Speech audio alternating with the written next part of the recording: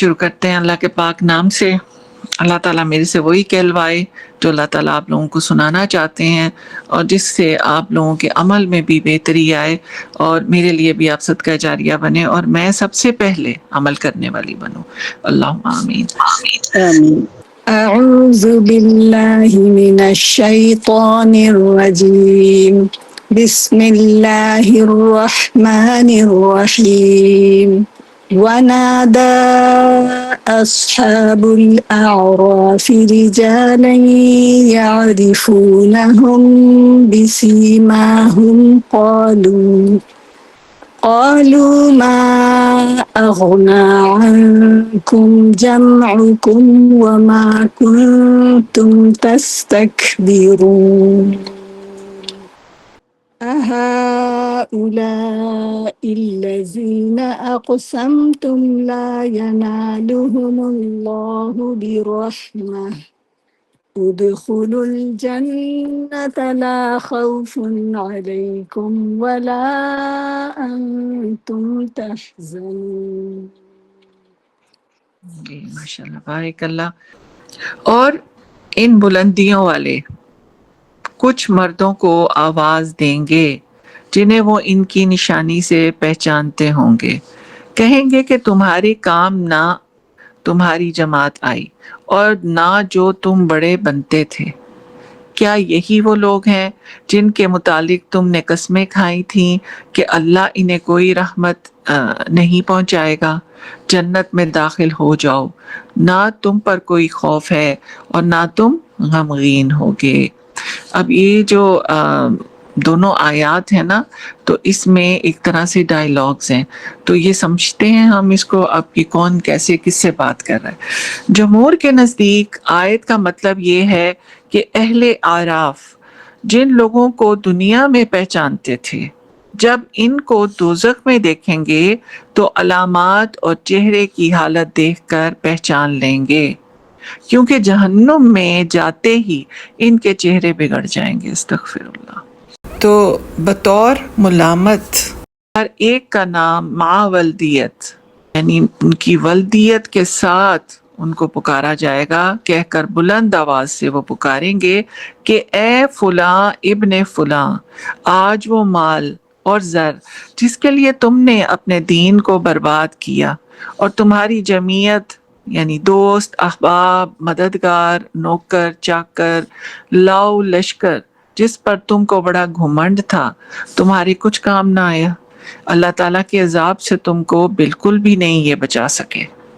تفسیر القرآن سے ہے، جب سورہ المدثر کی آیت 30 علیہا تسعۃ عشرہ یعنی اس جہنم پر 19 فرشتے مقرر ہیں نازل ہوئی، تو کافر کہنے لگے ہم تو ہزاروں کی تعداد میں ہیں، کیا ہم میں سے 10 آدمی بھی ایک کا مقابلہ نہ کر سکیں گے؟ پھر ان میں سے ایک پہلوان قسم کا آدمی بولا 19 میں سے 17 کو تو میں سنبھال لوں گا، باقی 2 کے لیے تم سب کافی نہیں ہوگے۔ یعنی آپس میں ایسے باتیں کرتے تھے۔ لہٰذا اہل اعراف ان سے پوچھیں گے کہ اب کہاں ہیں وہ لوگ جو شیخیاں بگھارتے تھے کہ ہم تمہاری مدد کریں گے؟ کہاں گیا تمہارا وہ جتھا جن کی مدد پر سرکشی کرتے اور اکڑتے تھے؟ آج تمہارے کسی کام نہ آئے۔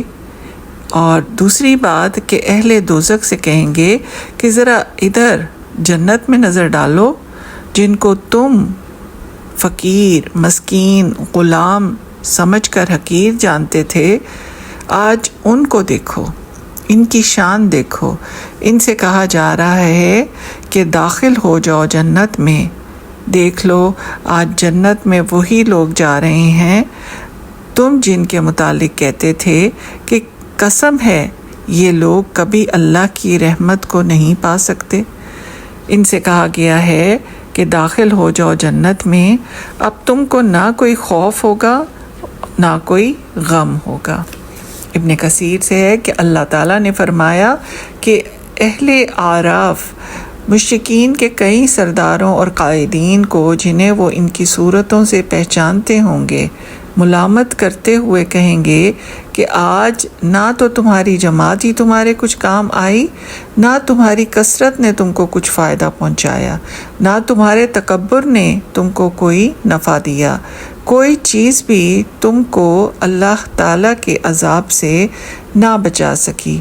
اور ان لوگوں کو دیکھو جن کے بارے میں تم قسمیں کھاتے تھے کہ اللہ تعالیٰ کی رحمت ان کو کبھی نہیں پہنچے گی، یہ وہی غریب مسکین مومن ہیں جن سے کہا گیا ہے کہ تم بہشت میں داخل ہو جاؤ، تم کو نہ کچھ خوف ہوگا نہ کوئی رنج اور غم ہوگا۔ اس سے مراد وہ اہل ایمان ہے جو دنیا میں غریب، مسکین، مفلس اور نادار قسم کے تھے، جن کا متکبر لوگ مذاق اڑاتے تھے کہ یہ جنت میں جائیں گے۔ ایسا ہوتا ہے کہ جب دنیا میں فراوانی ہوتی ہے نعمتوں کی تو انسان سمجھتا ہے کہ یہ میرا حق تھا، یہ تو میرے لیے ہی تھا، لیکن یہ بھول جاتا ہے کہ جتنی نعمتیں ہیں اتنی آزمائش بھی بڑی ہو جائے گی، اور پھر اگر اس آزمائش میں پورے نہ اترے تو پھر آگے اس کا حساب دینا ہوگا۔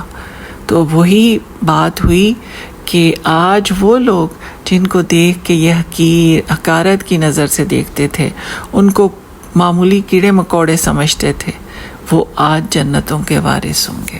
اگلی آیت ہے آیت 50۔ وَنَادَى أَصْحَابُ النَّارِ أَصْحَابَ الْجَنَّةِ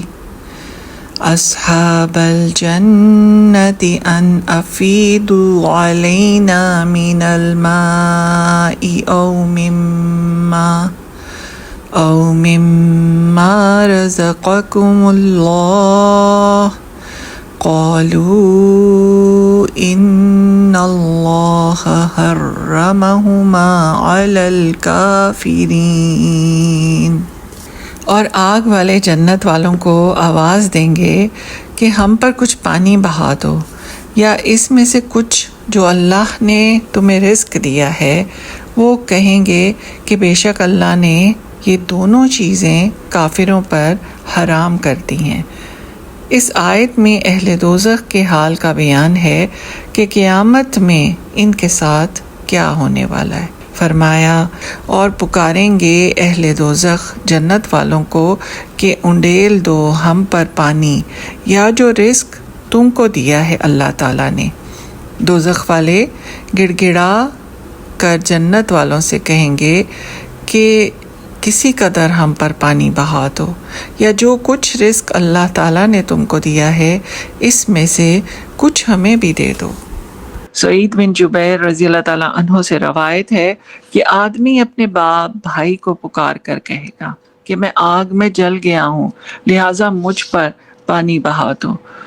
ان سے یعنی اہل جنت سے کہا جائے گا ان دوزخیوں کو جواب دے دو کہ ان اللہ حرمہما علی الکافرین، بے شک اللہ تعالیٰ نے یہ دونوں چیزیں یعنی پینے اور استعمال کے رزق کافروں پر حرام کر دی ہیں۔ عبد الرحمن زید بن اسلم فرماتے ہیں کہ ان دونوں چیزوں سے مراد جنت کا کھانا اور پینا ہے۔ ٹھیک ہے، تو یہ دونوں چیزیں جو ہیں یہ ان کو نہیں ملیں گی جنت کی۔ آسن البیان ہے۔ اور اب ادھر آپ اگر تھوڑا سا اپنی سوچ کے بھی تھوڑے سے، وہ کہتے ہیں نا گھوڑے دوڑائیں، تو تفسیر تو بے شمار ہو سکتی ہے اس کے اندر، کہ یہ وہ لوگ تھے جو دنیا میں یہ سب لذتیں چکھتے رہے تھے اور بے شمار تھی ان کے پاس بہت کچھ ہوتا تھا، سینچ کے رکھتے تھے، بانٹتے بھی نہیں تھے، دیتے بھی نہیں تھے کسی کو۔ ٹھیک ہے، آج اسی کیفیت سے خود دو چار ہیں، اور وہ جو بھوکے ترسے لوگ ان کی طرف دیکھتے تھے اور وہ ان کو نہیں دیتے تھے، آج وہ کھا پی رہے ہوں گے اور یہ ان سے مانگ رہے ہوں گے۔ فقیری کا عالم بھی ساتھ آ گیا ہے۔ یعنی کہ یہاں پر جا کر بھی ان کو اللہ کی ذات پر بھروسہ نہیں ہے۔ سوچیں نا آپ کہ ادھر بھی لوگوں کی طرف ہی دیکھ رہے ہیں اور ان کو دیکھ رہے ہیں جن کے پاس ہے، زیادہ ہے۔ دنیا میں بھی یہی ان کا چلن تھا کہ جو اچھے ویل آف ہوتے تھے انہی کے ساتھ جڑنے کی کوشش کرتے تھے کہ ہماری بھی ذرا اچھی پارٹیز بن جائیں گی۔ یہ وہی طریقہ یہاں پر بھی جنت والوں کے ساتھ بھی وہی کریں، جبکہ جنت والوں کی کہاں اتنی اتھارٹی کہ وہ ان کو کچھ دے سکے، لیکن یہ ان کی ذہنیت یہاں پر نمایاں ہو رہی ہے کہ یہاں پر بھی وہ لوگوں سے مانگ رہے ہیں، پکار کے جو پکارنے والا ہے اس کو بھی نہیں کہہ رہے، اور نہ اللہ تعالیٰ سے دعا مانگ رہے ہیں، جو پیچھے ہم نے بات کی نا کہ دعا بہت ضروری ہے۔ الدعاء مخ العبادہ، کہ دعا جو ہے یہ ہے ہی عبادت، نماز جو ہے وہ ہے ہی عبادت، اور نماز کیا ہے؟ وہ ہے ہی دعا۔ تو جو دعا نہیں مانگتا، جو پکارتا نہیں ہے اللہ تعالیٰ کو، وہ تو کٹ گیا، اس نے تو اپنا تعلق ہی نہیں بنایا۔ اور جو ابھی انہوں نے ہماری بہن جمیلہ نے حدیث آپ کو سنائی ہے، وہ آپ شیئر کر دیجئے گا گروپ میں، اس میں بھی دیکھیں کہ کیا چیز نظر آتی ہے کہ ہر اس نعمت کے بعد پھر اللہ تعالیٰ کو پکار کے وہ آگے والی مانگ رہا ہے، ٹھیک ہے، اور اللہ تعالیٰ اس پہ راضی ہو رہے ہیں اور اس پہ خوش ہو رہے ہیں، اور اتنا خوش ہو رہے ہیں کہ وہ پھر سارا کچھ ہی اس کو دے دیتے ہیں۔ یہ اللہ تعالیٰ ہے کہ جو مانگنے سے تنگ نہیں پڑتے، کوئی ان سے مانگے تو وہ تنگ نہیں پڑتے، بلکہ وہ خوش ہوتے ہیں کہ اس بندے کو یہ یقین ہے کہ میں ہی دینے والا ہوں، تو پھر میں دوں گا۔ یہی تو ہے یہاں پر، اب یہی تو سائیکی ان کی بھی دکھائی جا رہی ہے جہنمیوں کی، کہ نہ ان کو دنیا میں ہی اس بات کا تھا احساس کہ ہم اللہ سے دعا مانگیں۔ اب یہ سوچیں نا، یہی میں کہہ رہی ہوں، آپ جتنا سوچیں گے، جتنا اس کے اندر، میں یہ تفسیر میں سے نہیں آپ کو بتا رہی، تو جتنا آپ اس کے اندر لائیں گے نا کہ کیا چیز تھی فرق کر گئی ان کو جنت میں نہ جانے کے لیے، اللہ سے تعلق ہی نہیں بنایا انہوں نے، اس کو سمجھا ہی اللہ تعالیٰ کو کچھ نہیں۔ تو آج جب یہ رنگ دیکھ رہے ہیں تو ابھی بھی ان سے مانگ رہے ہیں جو بظاہر ان کو نظر آ رہے ہیں کھاتے پیتے کہ ہمیں دے دو کچھ۔ دنیا میں جو فقیر فقراء آپ کو نظر آتے ہیں، وہ بھی کبھی انہوں نے اپنے ایک دوسرے سے بھی مانگا ہے؟ کسی کو دیکھا ہے آپ نے؟ یا کوئی وہ غریب بیٹھا ہوا ہے تو اس سے وہ مانگ رہے ہیں؟ وہ کس کی طرف بھاگ کے جاتے ہیں؟ جو گاڑی میں ہوتا ہے، جو بائک پہ ہوتا ہے، یا کوئی ریڑھی لگا کے کھڑا ہے، جس کے پاس کچھ ہو تو وہ فقیر ادھر جاتے ہیں مانگنے کے لیے۔ ان کا بھی بھروسہ اپنے رب پہ سے اٹھ گیا ہوتا ہے۔ تبھی تو وہ حدیث کا مفہوم ہے نا کہ یہ جب قیامت کے روز جو بلا وجہ سوال کرتا ہے، مانگتا ہے، ہاتھ پھیلاتا ہے، جب یہ اٹھیں گے قیامت کے روز یہ ان کے چہروں کے اوپر ماس نہیں ہوگا۔ تو کیوں یہ اتنی بڑی سزا ہے ایک صرف اللہ سے تعلق نہ بنانے کی، دعا نہ مانگنے کی؟ تو دعا کو پکڑ کے رکھیں، قابو کر کے رکھیں، ہر بات پہ اللہ سے مانگیں۔ وہ دیکھیں نا صحابہ کرام کا جوتی کا تسمہ ٹوٹ جاتا تھا تو کس سے مانگتے تھے؟ اپنے رب سے مانگتے تھے۔ تو اب یہاں پر احسن البیان سے آیا ہے کہ جیسا کہ پہلے گزر چکا ہے کہ کھانے پینے کی نعمتیں قیامت والے دن صرف اہل ایمان کے لیے ہوں گی۔ اسی صورت کی آیت 32 میں ہے، یہاں اسی آیت کی مزید وضاحت آ گئی ہے کہ اہل جنت کی زبان سے اس بات کی تصدیق کر دی گئی ہے۔ تفسیر القرآن میں ہے کہ وہ کہیں گے کہ ہم اللہ تعالیٰ کی نافرمانی کیسے کر سکتے ہیں۔ وہ جنتی وہاں پر بھی خود سے کچھ نہیں کر رہے، وہ وہاں پر بھی کیا کہہ رہے ہیں کہ ہم اللہ تعالیٰ کی رضا کے بغیر بھائی کچھ نہیں کرنے والے۔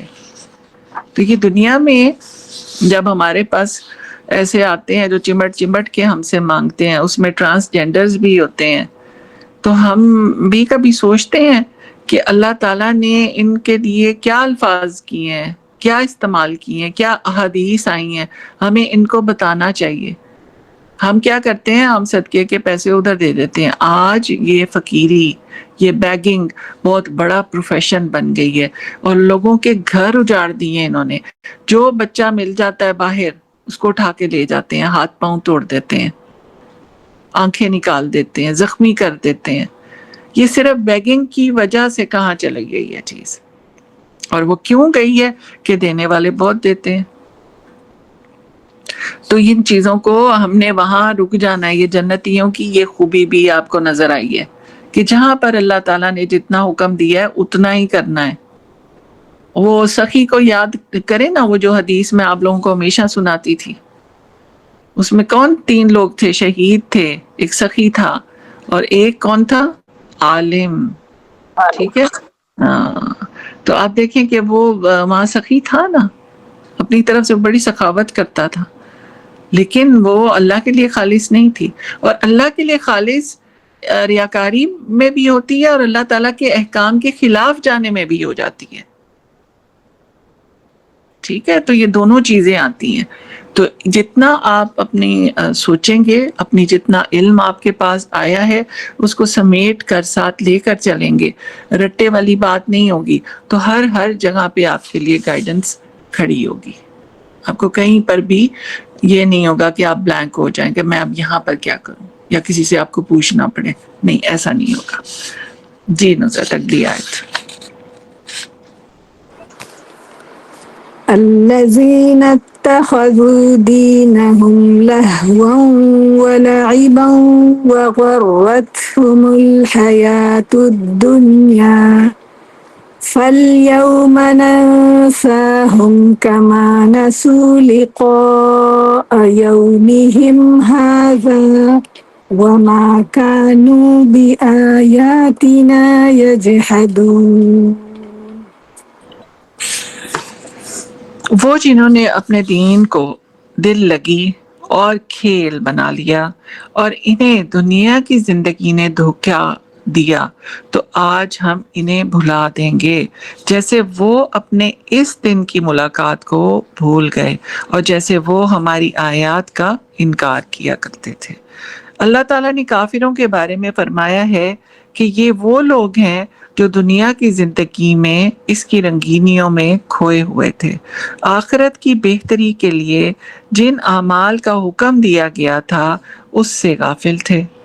اس لیے فرمایا آج ہم بھی ان کو بھلا دیں گے جیسے یہ لوگ اس دن یعنی قیامت کے آنے کو بھولے ہوئے تھے، ویسے اللہ تعالیٰ نہ بھولنے والا ہے، نہ اس سے کوئی شخص بھلا ہوا ہے، نہ ہو سکتا ہے. وہ اس کے ساتھ معاملہ ایسا کرے گا جیسے بھلا دیا گیا ہو. اس طرح معاملہ کریں گے اللہ تعالیٰ. جیسے کوئی آپ کے پاس آتا ہے تو آپ کو وہ پسند ہی نہیں ہے، تو آپ کیسے اگنور کرتے ہیں اس کو، چہرہ دوسری طرف کر لیتے ہیں، بعض دفعہ اس جگہ سے ہی چلے جاتے ہیں کہ مجھے اس کو دیکھنا ہی نہ پڑے. تو اللہ تعالیٰ بھی ایسے ہی اس دن کریں گے، ایسے ہی بھلا دیں گے. اور اللہ نے بھلا دیا تو پھر کہاں پر اس کا ٹھکانہ ہوگا. ابن عباس رضی اللہ تعالیٰ عنہ نے فرمایا کہ اللہ تعالیٰ ان کو خیر کے اعتبار سے بھلا دے گا مگر شر کے اعتبار سے نہیں بھلائے گا. ظاہر عذاب تو دینا ہے نا، عذاب تو دیا ہی جائے گا، یعنی ہم ان کو چھوڑ دیں گے جیسے انہوں نے آج کے دن کی اس ملاقات کو بھلا دیا تھا. مجاہد نے کہا کہ اس کے معنی ہے کہ ہم انہیں دوزخ میں چھوڑ دیں گے. سدی کہتے ہیں کہ اس کے معنی ہے کہ ہم ان کو رحمت سے محروم کر دیں گے، جس طرح انہوں نے آج کے اس دن کی ملاقات کے لیے نیک اعمال کو چھوڑ دیا تھا. یا نیک نہیں لکھا، میں نے کہہ دیا، لکھ دیا، ساتھ بول دیا، یعنی کہ اس دن کی ملاقات کے لیے عمل کو چھوڑ دیا تھا. حدیث میں ہے کہ اللہ تعالیٰ قیامت کے دن بندے سے فرمائے گا، مفہوم ہے، کیا میں نے تیری عزت افزائی نہیں کی تھی؟ کیا میں نے تجھے سردار نہیں بنایا تھا؟ کیا میں نے تجھے بیوی نہیں دی تھی؟ کیا میں نے گھوڑے اور اونٹ تیرے لیے مسخر نہیں کر دیے تھے اور تجھے چھوڑ نہیں دیا تھا کہ جس طرح چاہے کھائے پیے؟ تو بندہ کہے گا ہاں یہ سب سچ ہے. پھر اللہ تعالیٰ فرمائے گا کیا تجھے یقین نہیں تھا؟ پھر فرمائے گا آج میں تجھے بلا دوں گا جیسے تو نے مجھے بلا دیا تھا. اور اس دن کی ملاقات کو، یہ مسلم، ابن حبان اور احمد سے روایت ہے. اب یہاں پر حدیث میں گھوڑے اونٹ کا ذکر آ رہا ہے، تو جو ہوتے ہیں نا ایسے جو کجی نکالنے، وہ یبغون عوجا نکالنے والے لوگ جو ہوتے ہیں نا، وہ پھر کہتے ہیں کہ جی یہ تو پھر ادھر تک کی بات ہے، اب تو ہمارے پاس تو لیموزینز ہیں، ہمارے پاس تو مرسیڈیز ہیں، ہمارے پاس تو وہ ایسی گاڑیاں ہیں، تو یہ تو ہماری تو بات ہی نہیں ہے. یہ جو گھوڑے اور اونٹ ہے نا، یہ اس وقت کے قیمتی ترین چیزیں تھی. آج کے جیٹ سمجھ لیں آپ، یہ وہ چیزیں تھی. کہا جاتا ہے نا ابھی بھی اونٹ کو کیا کہتے ہیں؟ کیا کہتے ہیں اونٹ کو؟ شپ آف دا ڈیزرٹ. ہاں، شپ آف دا ڈیزرٹ.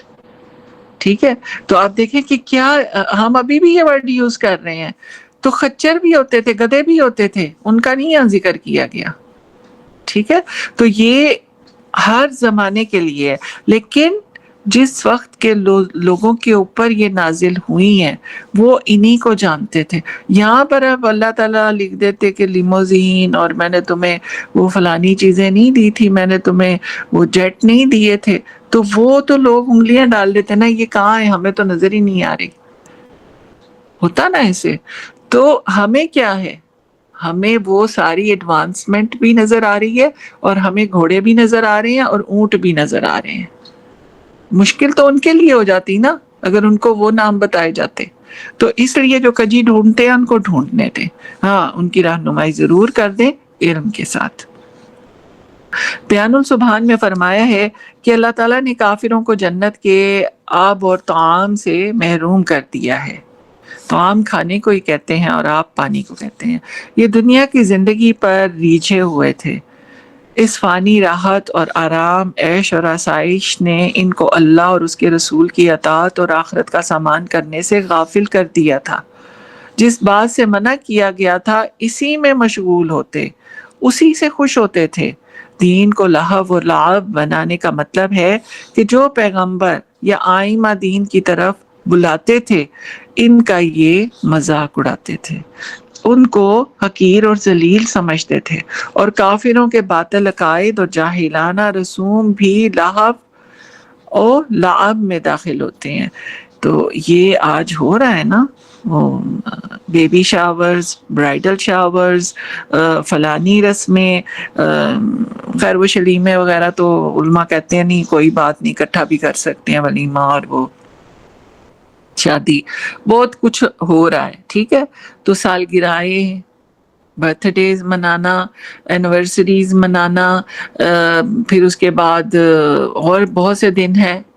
ٹھیک ہے، وہ مناتے ہیں اور اس میں لگے ہوئے ہیں، وہ کر رہے ہیں وہ سب کچھ اپنی طرف سے. جاہلانہ رسوم جو ہے نا وہ بھی لہو اور لعب میں ہی آتی ہیں.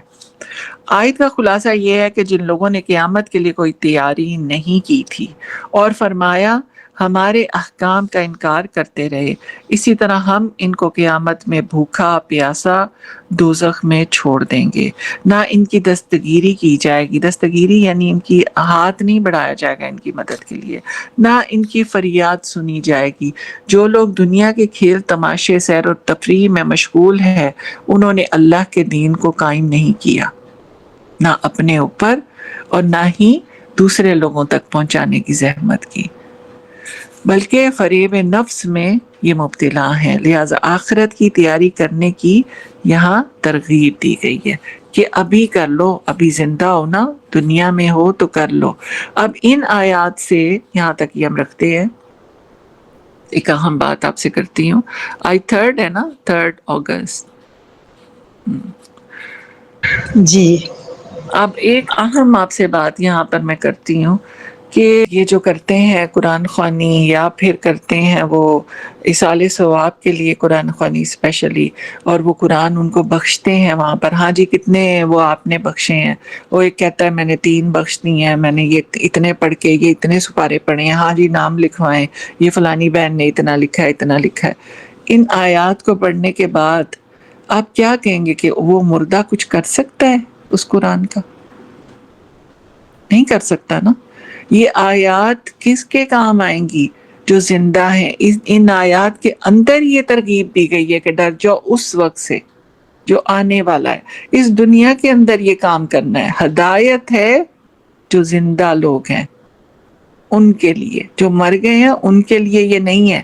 تو اس لیے ساری جو وہ خرافات اور بدعات ہے نا، جو 80% میں نے آپ کو کہا ہے کہ میت کے ساتھ جڑی ہوئی ہیں، وہ ساری کراس ہوتی ہیں، بگ کراس. یہ دنیا کے اندر کرنے ہیں جو کام کرنے ہیں، نہ ان کے اوپر کل لکھے ہوئے آیت الکرسی لکھی ہوئی چادریں ان کے کام آئیں گی، نہ ہی کوئی تعویذ ان کے کام آئے گا کہ ساتھ رکھ دیا جائے.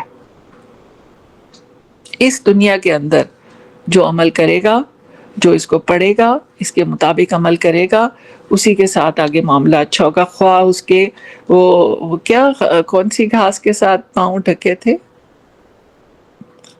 مجھے اس کا نام بھول گیا، جمیلہ کو یاد ہے۔ اذخر تھا باجی، کون سی؟ اذخر۔ ہاں، اسخر جو گھاس ہے نا، اس کے ساتھ وہ صحابی کے جو پورا نہیں کفن ہو رہا تھا، مصعب بن عمیر، مصعب بن عمیر۔ مصعب بن عمیر رضی اللہ تعالیٰ عنہ کیسے نازوں سے پلے تھے۔ وہی بات آ گئی نا کہ وہ امیر تھے، انہوں نے چھوڑ دیا سب کچھ، چھوڑا نہیں، ان سے چھڑوایا گیا، گھر سے نکال دیا گیا ان کو، اور جب وہ فوت ہوئے، شہید ہوئے تھے، تو شہید ہوئے تو کفن پورا نہیں ہو رہا تھا، سر ڈھانپتے تھے پاؤں ننگے ہوتے تھے، پاؤں ڈھانپتے تھے سر ننگا ہوتا تھا۔